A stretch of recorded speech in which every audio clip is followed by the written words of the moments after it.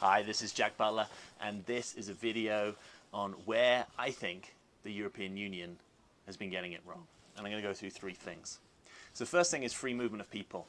Free movement of people is a pillar of not actually the European Union, it's the European single market, which is a bigger area than the European Union.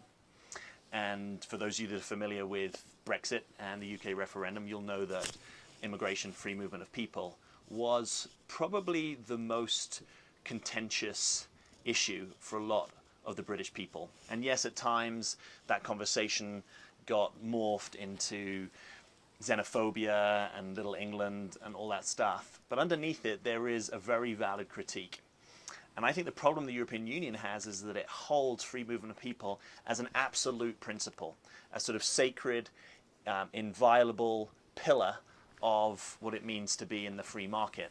And I think any time in politics where we have an absolute principle that we're not willing to compromise with around the edges and we're not willing to play off other principles that are clearly important, we run into problems. And I think ultimately that's one of the reasons why the UK voted to leave the European Union was because David Cameron, as best as I think he did with his negotiations pre-referendum, he wasn't able to get any traction really on free movement of people. An emergency brake isn't really a fundamental altering of the way that that principle works out. It's more just at a certain point, it's sort of like an absolute, not absolute, it's an eventual mechanism that in a temporary way, I think it was only 7 years it could be put in place, could start to limit numbers. But what we know is that the UK is a highly attractive destination for European migrants. A lot of that is to do with the economy, a lot of it's to do with London and the southeast, and it's also to do with the generous welfare system and benefit system and the way that that's viewed.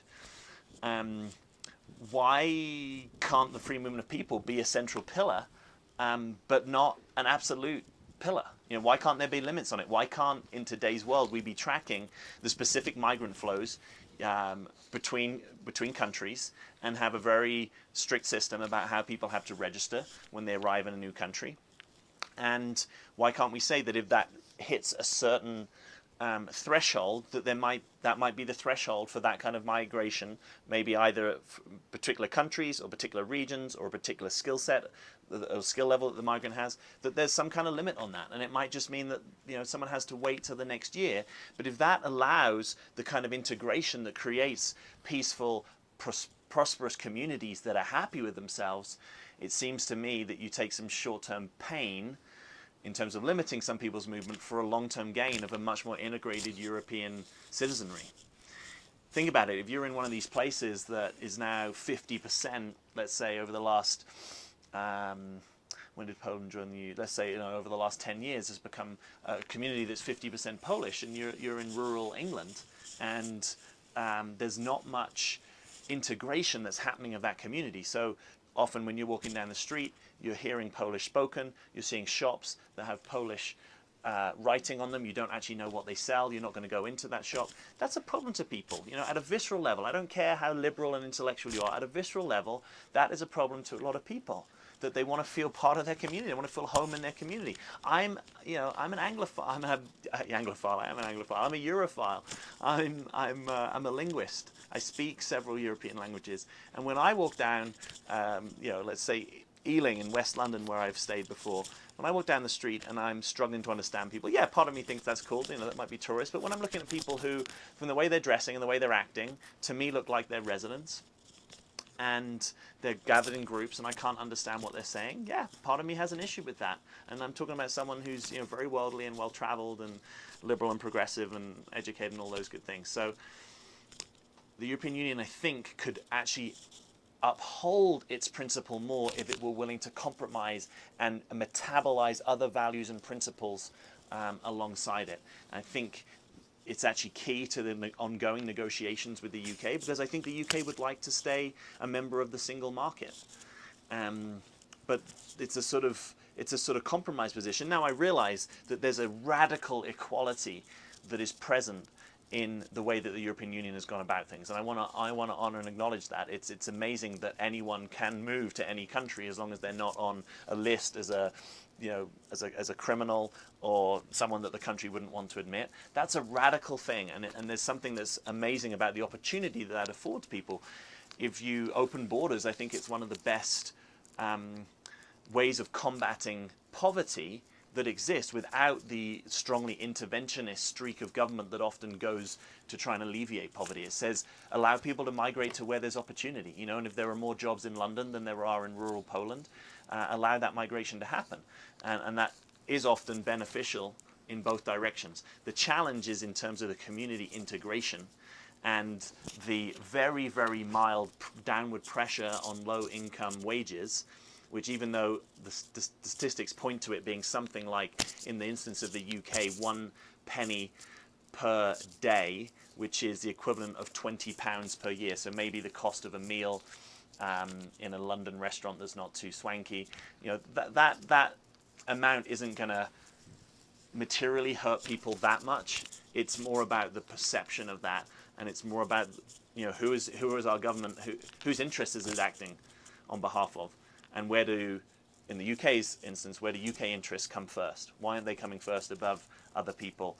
And that's because the identity of being a European citizen isn't well formed yet. So people are going to feel like they're a UK citizen much more strongly than they're going to feel like they're a European citizen. In the fullness of time, that might start to shift. If you think about the history of the United States and people's allegiance to their state and people's allegiance to the nation now and the flag, in some pockets, obviously the allegiance to the state is stronger, but for most people, they live in a kind of national identity. It's a similar thing. I've spent winter in Kenya. If you look there, most people's identity is still linked to their tribe more than it is to the kind of emerging Kenyan national identity, but a lot of people are there, and over time we'll expect to see that shift. And over time, I expect to see, and you can picture this actually in the discrepancy between younger voters in the UK referendum and older voters. Younger voters disproportionately, under 25, over 75%, voted to stay in the European Union. So younger people feel more European, and that is the beauty of something like the European Union, that over time, if we're part of the right communities and institutions, and we get to participate in certain ways, that is identity forming. That is identity forming. But I think if the EU could compromise a little bit on free movement of people, it would actually keep the UK as part of the single market, and that would be a good thing, and it may even pave the way for a future re-entry of the UK into the European Union that a lot of people in the UK would like to see. Second thing I'll say about the European Union that could do better is its PR, is its relevance, is actually marketing.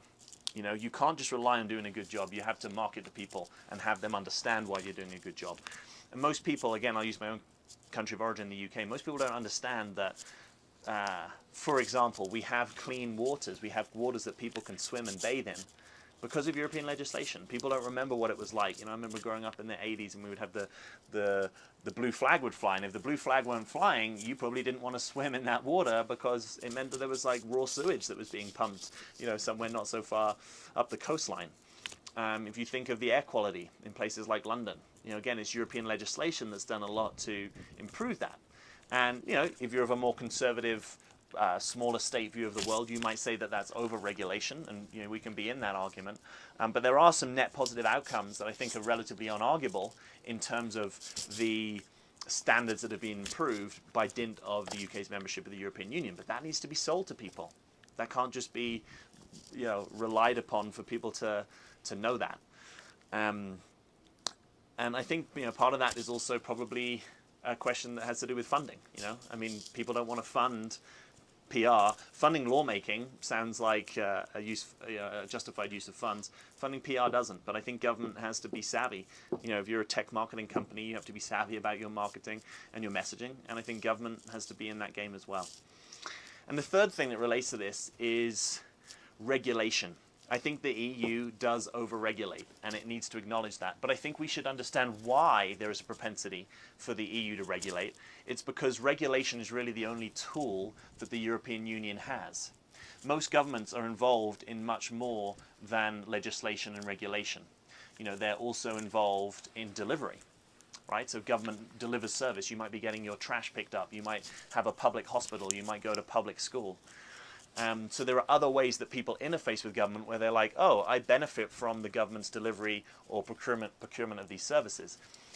at the European level, it's mostly regulation that the European Union has, sort of in its toolkit. So when you only have a hammer in your toolkit, what do? You tend to hit nails. So the EU tends to regulate wherever it sees problems. It's going to meet that with regulation. So this may be an unpopular view, but I actually think we could expand what the European Union does by pushing it into other forms of governance that aren't regulatory, that might be to do with delivery of services. That might be, in military terms, it might be a rapid reaction force, or it may be that there are certain types of university education that the European Union could do a better job of delivery because of the economies of scale or standardization across countries. And this would need more thought in a practical way of how this applies. But it would be a way of building more of a sense of an understanding of what the EU can do and the benefits of cooperation. In order to do that, the EU would probably need more funding.